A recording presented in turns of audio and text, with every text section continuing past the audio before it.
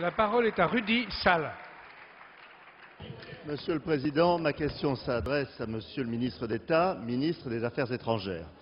Monsieur le ministre d'État, la situation sur la frontière entre la Libye et la Tunisie est aujourd'hui particulièrement préoccupante. En effet, depuis le début des événements en Libye, une vague de réfugiés de ce pays arrive en Tunisie, évaluée à 200 000 personnes, dans un pays de 10 millions d'habitants. Pour se donner une idée, en comparant les populations, c'est comme si 1 200 000 personnes étaient arrivées en France en quelques semaines. La Tunisie étant elle-même dans une situation économique et sociale extrêmement difficile, ce phénomène risque de compromettre le succès des mutations démocratiques en cours dans ce pays. En outre, la situation sanitaire et sociale des populations concernées est dramatique. Et désormais, nombre de Libyens tentent de fuir sur des embarcations de fortune pour se diriger vers l'Europe. Des femmes, des enfants, des hommes périssent ainsi en mer chaque jour. Nous assistons à un véritable désastre humanitaire qui trouve pour cadre la Méditerranée, dont nous sommes également les riverains. Ma question est donc la suivante. Quelles initiatives la France et l'Europe entendent-elles prendre pour venir en aide à ces populations, pour permettre à la Tunisie de faire face à cet afflux de personnes et donc pour empêcher une nouvelle vague migratoire clandestine en Europe qui expose ces pauvres gens au plus grand danger? Monsieur le ministre d'État, ministre des Affaires étrangères et européennes.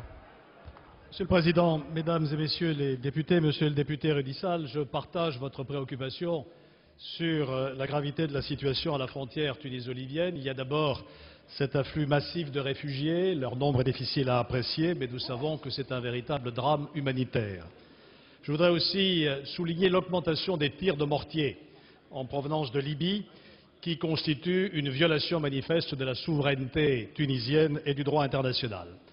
La France a été un des premiers pays à réagir face à ce drame humanitaire, d'abord de manière bilatérale, en organisant, comme vous le savez, un pont aérien qui a permis de rapatrier plusieurs milliers d'Égyptiens dans leur pays, ainsi que plusieurs centaines d'Africains. Nous avons également participé au programme de prise en charge des migrants aux frontières libyennes, programme commun du Haut Commissariat aux réfugiés et de l'Organisation internationale des migrations. À ce titre, nous venons de procéder à un don de 51 tonnes de fret humanitaire. Nous agissons aussi au niveau européen. Le service d'aide humanitaire de la Commission, le programme ECHO, que vous connaissez, a déjà débloqué 40 millions d'euros pour apporter un appui aux victimes de la crise libyenne, essentiellement des réfugiés.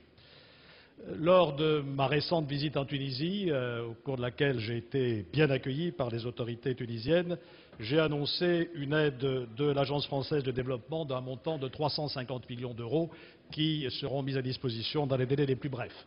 Je recevrai demain mon homologue tunisien qui est présent à Paris et je ferai avec lui le point de la situation pour voir comment nous pouvons améliorer encore notre aide, notamment dans le domaine de la santé. Mais je voudrais terminer en soulignant que la seule solution durable au drame que vous évoquez, c'est évidemment la cessation des hostilités en Libye et l'ouverture d'un dialogue national dans des conditions conformes aux résolutions du Conseil de sécurité. Et vous le savez, c'est ce à quoi nous travaillons sans relâche.